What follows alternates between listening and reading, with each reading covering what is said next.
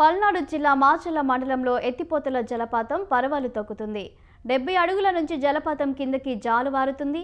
జలపాతం చూసేందుకు దూర ప్రాంతాల నుంచి పర్యాటకులు వస్తున్నారు. చంద్రవంక నది ఉప్పొంగడంతో జలపాతం పరవళ్లు తొక్కుతుంది. హైదరాబాద్, నల్గొండ, గుంటూరు ప్రాంతాల నుంచి సందర్శకులు పెద్ద సంఖ్యలో తరలివచ్చారు.